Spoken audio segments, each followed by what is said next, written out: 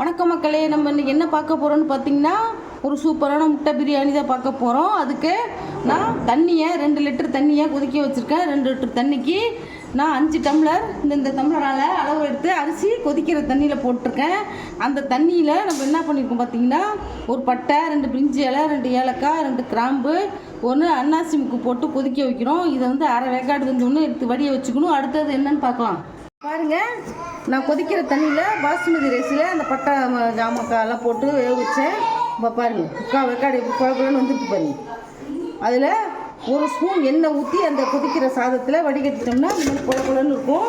நான் வடிகட்டி வச்சுருக்கேன். அடுத்தது என்ன செய்யலான்னு பார்க்கலாம்.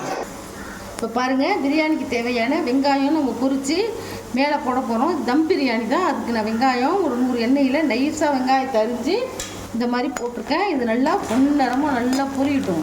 இப்போ அடுத்தது பார்க்கலாம் வாங்க. இப்போ பாருங்கள், நம்ம பிரியாணி செய்ய ஆரம்பிச்சிடலாம். அதுக்கு நான் 1/2 கிலோ அரிசிக்கு 200 கிராம் வெங்காயம் எடுத்து வச்சுருக்கேன். வெங்காயத்தை போட்டுக்கலாம்.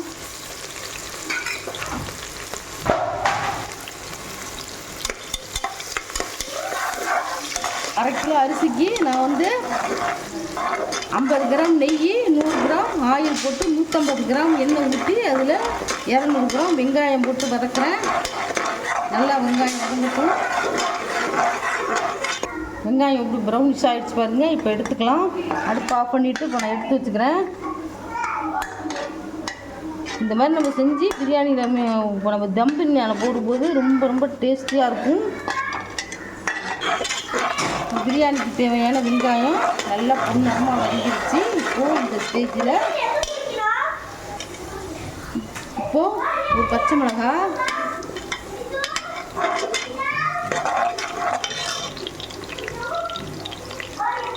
ஒரு 1/2 கை புதினா,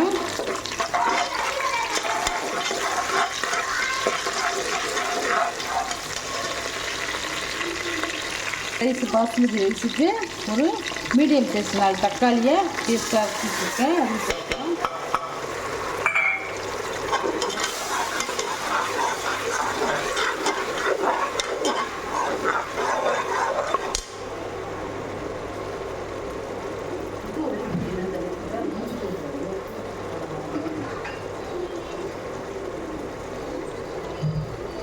இப்போது 1/2 கிலோ ரைஸுக்கு தேவையான கல்லுப்பு போட்டுக்கலாம்.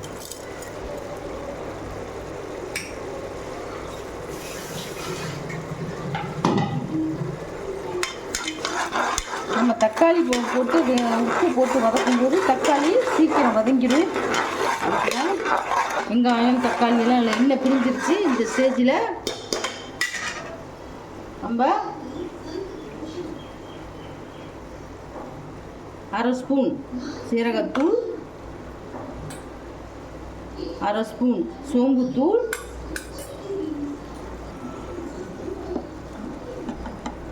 1/2 ஸ்பூன் மஞ்சத்தூள்,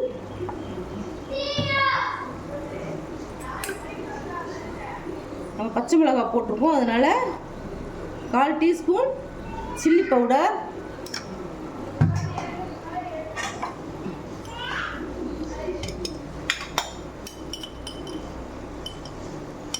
1/2 ஸ்பூன் கரம் மசாலா,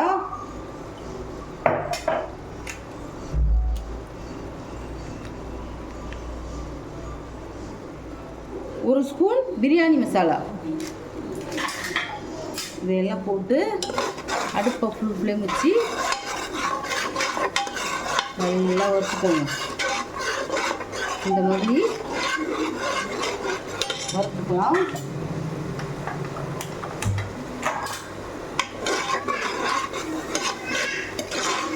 இப்போ பாருங்கள்,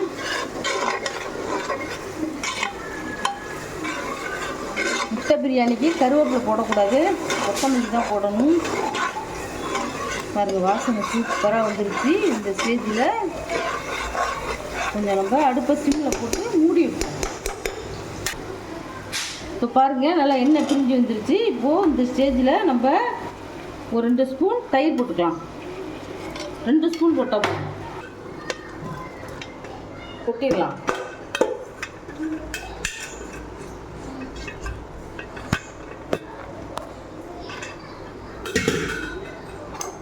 இப்போது இந்த மசாலாவில் ரைஸை நம்ம கொட்டிட்டோம்.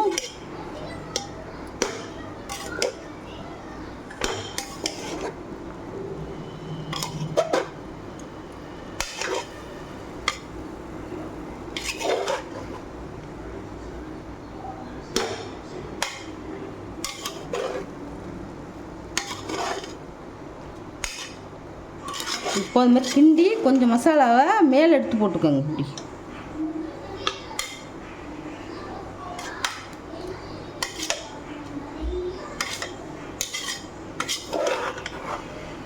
முட்டை பிரியாணிக்கு நான் எண்ணெயை காய வச்சு வச்சுருக்கேன்.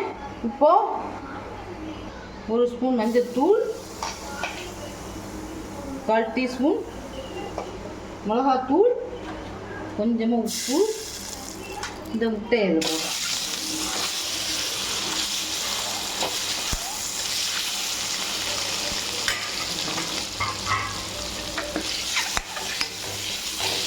இந்த மாதிரி பொரிச்சுக்கலாம். முட்டையை வந்து ஒரு கீரல் போட்டுக்கணும். அப்போ தான் அந்த தூள் மஞ்சள் தூள் காரம்லாம் அது ஏறும். இப்படி தெரியுது. இது இருக்கட்டும்.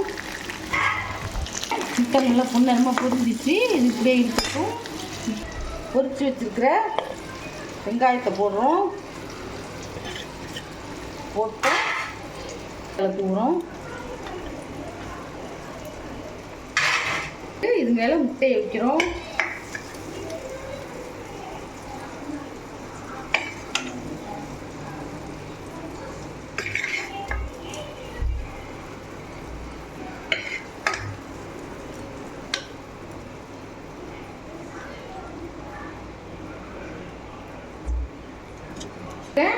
அதில் இந்த குக்கரை தூக்கி ஒரு 10 நிமிஷம் போட்டு 10 நிமிஷம் வச்சு பார்ப்போம். முட்டை பிரியாணிக்கு ஒரு 4 முட்டையை கொஞ்சமாக உப்பு போட்டு அடித்து வச்சுருக்கேன். எண்ணெய் ஊற்றி வானலில் எண்ணெய் ஊற்றி இந்த மாதிரி ரொம்ப பொடிசாக பொரிக்கக்கூடாது. இந்த மாதிரி பெரிய பெரிய பீஸாக இருக்கணும். அந்த மாதிரி நம்ம பொரிச்சிட்டோம். நம்ம ரொம்ப பொடிசாக பொரிச்சோம்னா அது வந்து முட்டை பொரியல் மாதிரி ஆகிடும்.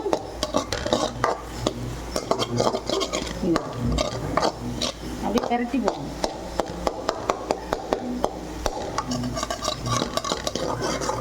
ஓரத்தில் உள்ளதெல்லாம் எடுத்துக்கோங்க.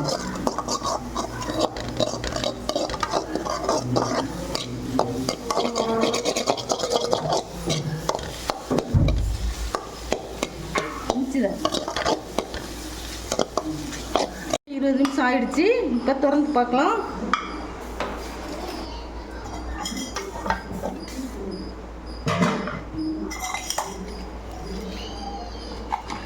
இங்கே பாருங்க எப்படி இருக்கு பாருங்க.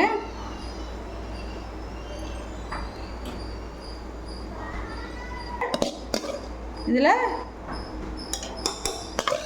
அப்படியே தூவிடலாம். அப்படியே எவ்வளோ பிரியாணி இருக்கோ அதுக்கு தகுந்த மாதிரி அப்படியே தூவி விட்டுருலாம்.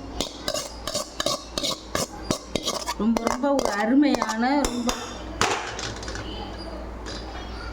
ஒரு டீஸ்பூன் மேலே நெய் போட்டாச்சு. இப்படியே இருக்க வேண்டியதான். இப்போ பரிமாறலாம். ரொம்ப சுவையான டேஸ்டியான ஒரு முட்டை பிரியாணி ரெடி ஆகிடுச்சு. இந்த ரெசிபி உங்களுக்கு பிடிச்சிருந்ததுன்னா எங்கள் சேனலை ஷேர் பண்ணுங்கள், லைக் பண்ணுங்கள், சப்ஸ்கிரைப் பண்ணுங்கள். அப்போ தான் நாங்கள் போடுற ஒரு வீடியோவும் உங்களுக்கு வந்து சேரும். தேங்க்யூ, பாய்.